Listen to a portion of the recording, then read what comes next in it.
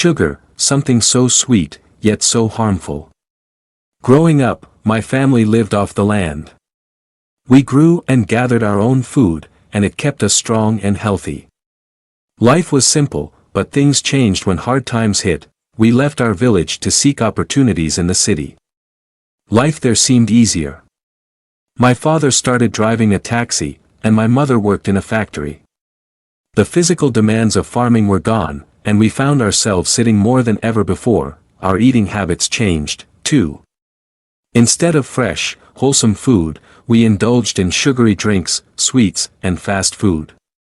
It was convenient, tasted amazing, and became a big part of our new lifestyle.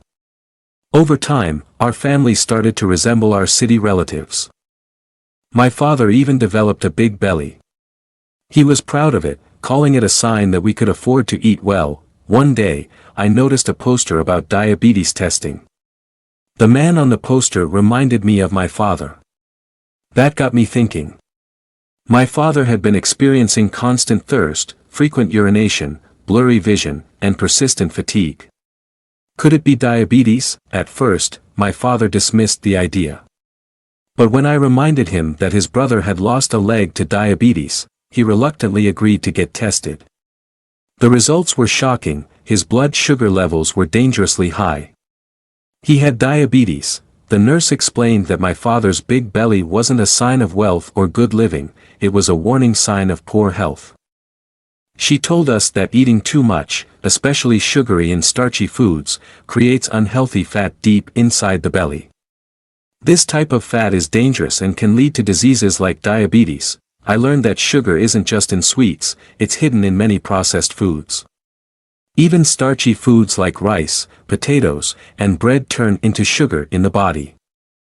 Diabetes makes sugar build up in the blood, damaging blood vessels and nerves. This can lead to heart attacks, strokes, kidney disease, blindness, and even dementia. Nerve damage can cause numbness in the feet, leading to infections and amputations. It can also cause other complications, like erectile dysfunction. It was overwhelming to learn how devastating diabetes could be. But there was hope. The nurse assured us that my father could control his diabetes by making lifestyle changes, eating better, eating less, and staying active.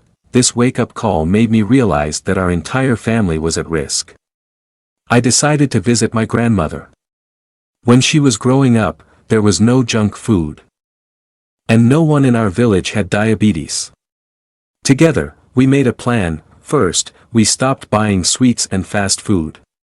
Instead, we shopped at markets for fresh vegetables, whole grains, and high-protein foods like beans, eggs, and fish. My grandmother taught us to cook traditional meals, recipes that had nourished our family for generations. She always said, home cooking is the only way to ensure you're eating healthy food. We also adjusted our portions, cutting back on rice and other starchy foods. Finally, we started walking every morning as a family. Over the next year, my father's health transformed. He lost his belly, his blood sugar levels improved, and his energy returned. Our entire family became healthier. And surprisingly, we didn't miss the sugar at all. So, here's the lesson: eat real food, cook it yourself, and stay active. Your family's health is worth it.